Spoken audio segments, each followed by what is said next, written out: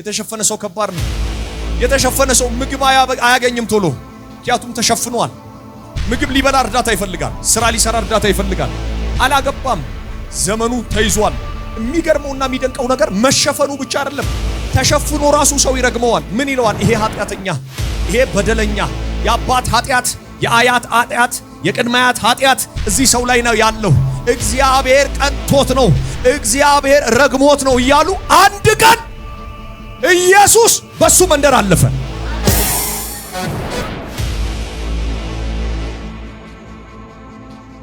ዮሐንስ አጠቃላይ 3 መጽሐፍ ነው የጻፈው። ዮሐንስ ወንጌል፣ ዮሐንስ መልእክትና ዮሐንስ ራእይ። በመጽሐፍ ደረጃ 5 ናቸው፣ በክፍል ደረጃ ግን 3 ክፍሎች ናቸው ያሉት፣ ወንጌል፣ መልእክትና ራእይ። ዮሐንስ ወንጌል መጀመሪያው ክፍል ምዕራፍ 1 ኢንትሮዳክሽን ወይንም መግቢያ ነው። እግዚአብሔር ማን እንደሆነ፣ እግዚአብሔር እንዴት እንደሚሰራ ስለ እግዚአብሔር ይናገራል። ሲጀምር በመጀመሪያ ቃል ነበረ፣ ቃልም በእግዚአብሔር ዘንድ ነበረ፣ ቃልም እግዚአብሔር ነበረ ብሎ ስለ እግዚአብሔር በማብራራት የጀመረ ሰው ነው ዮሐንስ። ምዕራፍ 2 ላይ ደግሞ ቃና ዘገሊላ የተፈጠረው የእግዚአብሔር ተአምራት። ቀጥሎ ምዕራፍ 3 ላይ ከኒቆዲሞስ ጋር ጌታ ኢየሱስ ክርስቶስ ለኒቆዲሞስ የተሰበከ ወንጌል ይናገራል። ምዕራፍ 4 ላይ በሰማሪያ ከተማ ላይ ኢየሱስ ክርስቶስ በሰማሪያ ሊያልፍ ግድ ሆነበት ይልና በሰማሪያ ከተማ ላይ ያቺ ሴት ኢየሱስ ክርስቶስ አግኝቶ ወንጌልን ለዛች ሴት የሰበከበት። ምዕራፍ 5 በቤተ ሳይዳ በመጠመቂያይቱ ላይ ለ38 ዓመት ጀምሮ ፈውስ ሲጠብቅ ለነበረ ሰው ክርስቶስ ኢየሱስ ሄዶ ፈውስን የሰጠበት። ምዕራፍ 6 ደግሞ ሁላችንም እንደምናውቀው ኢየሱስ ክርስቶስ የሕይወት እንጀራ እንደሆነ ለማስተማር ሲል እንጀራ ያበዛበት። ምዕራፍ 7 ደግሞ ታላቅ በዓል ነበር። በበዓሉ ላይ ኢየሱስ ክርስቶስ ቀርቦ ማንም የተጠማ ቢኖር ወደ እኔ ይምጣ፣ የሕይወት ውሃ ወንዝ ከሆዱ ምን ያደርጋል? ይፈልቃል ብሎ ያወጀበት መጽሐፍ ነው። ምዕራፍ 8 ደግሞ ያቺ ኃጢአተኛይቷ ሴት በደለኛ የነበረች ዝሙት ሰራች ብለው ሁሉም ሰው ኮብልስቶን ይዞ ድንጋይ ይዞ ሊወግራት ሲመጣ ጌታ ኢየሱስ ከእናንተ መካከል ማንም ኃጢአት የሌለባት ቢኖር ቀድሞ ይውገራት ብሎ ኢየሱስ ክርስቶስ ያችን ሴት ነፃ ካወጣት በኋላ ደግመሽ ኃጢአት አትስሪ ብሎ በሰላም የሸኘባት። እንዲሁም ደግሞ ኢየሱስ ክርስቶስ የዓለም ብርሃን እንደሆነ የተናገረበት መጽሐፍ ነው ምዕራፍ 8። ምዕራፍ 9 ዛሬ የምናየው መጽሐፍ ነው። ከመወለዱ ጀምሮ አይነ ስውር የሆነ ሰው የተፈወሰበት። ዛሬ ምዕራፍ 9 ነው ተወሰነ የምናየው። ዛሬ መንፈስ ቅዱስ እንዲህ ብሎኛል፣ መጋረጃ ይቀደዳል። አሜን አትሉ? መልእክት አለኝ ዛሬ። እግዚአብሔር ባላላችሁ ቦታ የተቀመጣችሁ ሰዎች ዛሬ ትነሳላችሁ። ዛሬ መልእክት አለኝ። ይሄ ሰው ከመወለዱ ጀምሮ ምንድነው? አይነ ስውር። መጀመሪያ አይነ ስውር፣ ሁለተኛ ለማኝ። ለምንድነው የምትለምነው ብትለው አይነ ስውር ስሉ ቤተሰቦች ኃጢአት ሰርተዋል። እናስ ልትፈወስ አትችልም? አልችልም። ወይ እኔ ጋር ኃጢአት አለ ወይ ቤተሰቤ ጋር ኃጢአት አለ። ዛሬ መልእክት አለኝ። ያለ ስማችሁ የጠፋ ሰዎች ዛሬ እግዚአብሔር ያስተካክላል። አንዳንድ ሰው ምኑ ጋር ነገሩ እንደተበላሸ አያውቅም። ምኑ ጋር ነገሩ እንደወደቀበት አያውቅም። ይሄማ የአባቴ ኃጢአት ነው ይላል። ይሄማ የእናቴ ኃጢአት ነው ይላል። ነቃ ብለህ ስማ። ዛሬ የራስ መልእክት ነው። እግዚአብሔር ከሸፈነ ምዕራፍ ያወጣሃል። እግዚአብሔር ከጋረደ ምዕራፍ ያወጣሃል። እግዚአብሔር ከተያዘ ምዕራፍ ያወጣሃል። ኢየሱስ እያለፈ ነው። አንድ ለማኝ ሰው ቁጭ ብሏል መሬት ላይ። የእግዚአብሔር እቅድ ያለበት ሰው ነው። ይለምናል፣ ስለ እግዚአብሔር እያለ ይለምናል። ሰው ሁሉ እያየው እንደዚህ ይላል፣ ይሄ ሰው እኮ ኃጢአተኛ የሆነ ሰው ነው ይላል። ይሄ ሰው እኮ በደለኛ የሆነ ሰው ነው ይላል። ይሄ ሰው እኮ አባቱ እንደዚህ ሰርቶ ይሆናል ይላል። የተሸፈነ መሸፈኛ አለ። የተሸፈነ ሰው ከባድ ነው።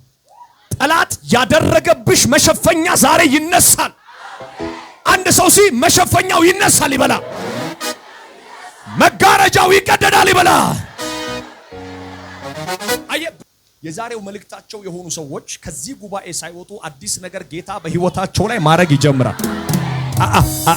የዛሬው መልእክታቸው የሆኑ ሰዎች ከዚህ በር ሳይወጡ አዲስ ነገር በስልካቸው፣ በቤታቸው፣ በልባቸው፣ በነፍሳቸው፣ በስጋቸው ላይ መንፈስ ቅዱስ አመጣለሁ አለኝ፣ አደርጋለሁ አለኝ፣ ይበቃል እፈታቸዋለሁ አለኝ፣ ነገራቸውን እቀይራለሁ አለኝ፣ ስማቸውን እቀይራለሁ አለኝ። ይሄ ሰው ለአንድ ሰዓት አይደለም አይኑ የተሸፈነው፣ ለአንድ ቀን አይደለም፣ ለአንድ ዓመት አይደለም። ከተወለደ ጊዜ ጀምሮ አጠገብ ያለው ሰው ያዝና አብሮ ያደገ መርገም ዛሬ ይሰበራል ብለው በቤት በኑሮ በስራ ላይ ያለ ዛሬ ይነሳል በሉታ። በቤት በኑሮ በስራ ላይ ያለ ከአንዳንድ ሰው ጤንነት ላይ እግዚአብሔር ዛሬ ገፈዋለሁ አለ። ከአንዳንድ ሰው ቢዝነስ ላይ እግዚአብሔር ዛሬ ቆርጠዋለሁ አለ። ውሰጂ አሜን በይና በጌታ በኢየሱስ ስም ከገንዘብሽ ላይ ያለ መሸፈኛ ዛሬ ይቀደዳል። ከበረከት ላይ ያለ መሸፈኛ ዛሬ ይቀደዳል። እና ይሄ ሰው አይነ ስውር ነው። ለመሄድ ሲፈልግ ሰው ይጠራል። እግረኛ መሄድ አሻግሩኝ አስፋልት ይላል። ሰው ይመጣል ያሻግረዋል። ምክንያቱም ተሸፍኗል። የተሸፈነ ሰው ከባድ ነው።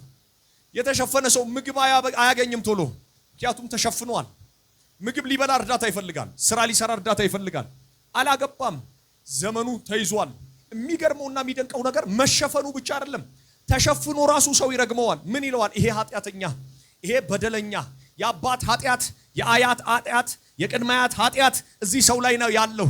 እግዚአብሔር ቀጥቶት ነው፣ እግዚአብሔር ረግሞት ነው እያሉ አንድ ቀን ኢየሱስ በሱ መንደር አለፈ። ዛሬ በጉዳያቸው ላይ አልፋለሁ። እኔ እግዚአብሔር አልፋለሁ፣ እየፈወስኩ አልፋለሁ አለ ጌታ ኢየሱስ። ሲያልፍ የሚገርማችሁ በርጠለሜዎስ ጮኋል። በርጠለሜዎስ እኮ ጮኸ፣ የዳዊት ልጅ ሆይ ፈውሰኝ ብሎ ጮኋል። ይሄኛው መጮህ ራሱ አልቻለም። ይሄኛው አልጮህም። ዮሐንስ ሲናገር ይሄኛው አልጮህም፣ ዝም ያለው ለምን? ተሸንፏል። ቁጭ ለማለትም ሰው ይፈልጋል። አየህ፣ ቁጭ አድርገው ተሸፍኗል። ኢየሱስ ያልፋል። ሰው ሁሉ ኢየሱስን ያየዋል። ይሄኛው ግን ማየት አይችልም። ኮቴ ሰማ ኢየሱስ ያልፋል የሚባል አልጠራውም ኢየሱስን፣ ምክንያቱም ኃጢአተኛ እንደሆነ ነው የሚያውቀው። እሱ ጻድቅ አይደለም። እና ለዓመታት የተሸከመው የኃጢአት ሸክም ላይ ውላል፣ የኃጢአት በደል ላይ ውላል። እኔ ስለዛ ሰው አይደለም ዛሬ ማውራው ስለ አንድ ሰው ነው። እዚህ ቤት ካለ የሆነ ሰው እግዚአብሔር ዛሬ ይናገርልሃል። እና እንደለመዱት ቴዎሎጂያቸውን ጀመሩ፣ ፕሪንሲፕላቸውን ጀመሩ፣ የነሱን ቀመር ጀመሩ። ጌታ ሆይ አየሁ አይደል? አዎ። ቆይ እኔ የምልህ ኢየሱስ ማን ነው ኃጢአት የሰራው? እሱ ነው ወይስ ወላጆቹ ናቸው ሲል የኔ ጌታ ቆመ። አንተ ኃጢአት አልሰሩም። በስመ አብ ወልድ መንፈስ ቅዱስ። እና ምንድነው የእግዚአብሔር ክብር? ዛሬ ለክብር የተቀመጡ ሰዎች አሉ። እግዚአብሔር መሸፈኛውን ይቀደዋል፣ ለክብር ይገልጣቸዋል። ለክብር የተደበቁ ልጆች አሉ አለኝ ጌታ። እግዚአብሔር ዛሬ ይገልጣቸዋል። እናስ ኢየሱስን እዚህ ሰው ላይ እኔ ከመምጣቴ በፊት የሰማይ አጀንዳ ተቀምጦበታል። ምን አይነት አጀንዳ? ክብሬ እንዲገለጥበት ነው። አሁን ግራ ቀኝም ያለውን መታርገውና ነገሩ ለክብር ነው በለዋ። እግዚአብሔር ለክብር ይቀይረዋል በላ። ነገር ለክብር ይቀየራል በልሲ። ዛሬ እግዚአብሔር በለዋ መሸፈኛውን ይቀደዋል። ከዛ ኢየሱስ መጣ፣ ተነሳለው፣ አስነሳው ሲርደው። ከዛ አፈር ወሰደ የኔ ጌታ እቱ አለና ኢየሱስ ምራቅ አርጎ አይኑ ላይ ቀባ። ስሙኛው በደንብ አርጋችሁ ስሙ። ኦኬ። ጭቃ አርጎ ሲቀባው ሰው ሁሉ እያየው ነው።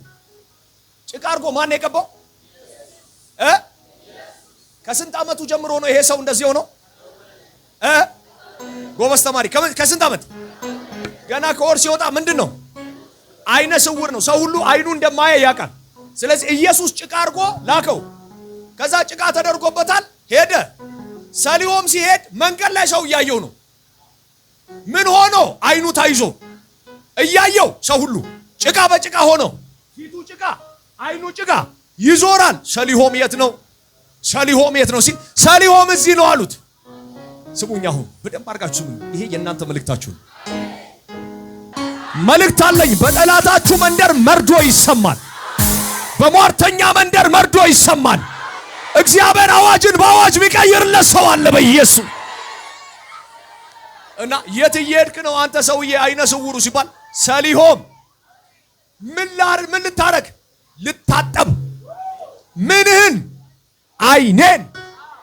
አይን አለ እንዴ ብሎኛል። ማን? ኢየሱስ። ከዛስ አይኔ ሊከፈት ነው። ያዝልኝ አጠገብ ያለው ሰው። እያዩ ወረኞች እያዩ እያዩ ሟርተኞች እያዩ ዛሬ እንዲህ ይሆናል በጌታ በኢየሱስ ስም። ከገጠር የሆነ ስልክ ይደወላል። ትመለሻለሽ ብለን እኮ እየጠበቅንሽ ነበር። አይ እንደውም ቀንቶልኝ አሁን አሜሪካ ገብቻለሁ፣ እንደውም ቀንቶልኝ ሌላ ሀገር ቀይሬያለሁ። ከዛ ልትታጠብ።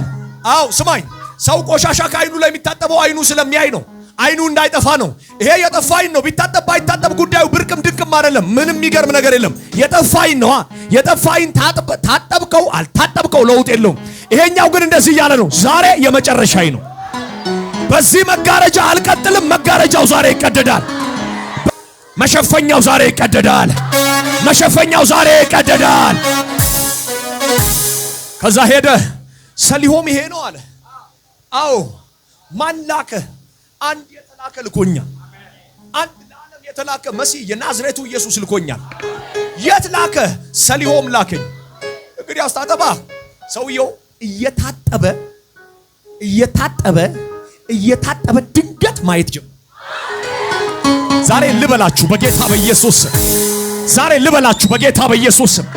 መንፈሳዊ አይኖቻችሁን የጋረደ መሸፈኛ ዛሬ ይቀደዳል። በረከታችሁን የሸፈነ መሸፈኛ ዛሬ ይቀደዳል። ከዛ ስሙኝ፣ እዛው እኮ ነው።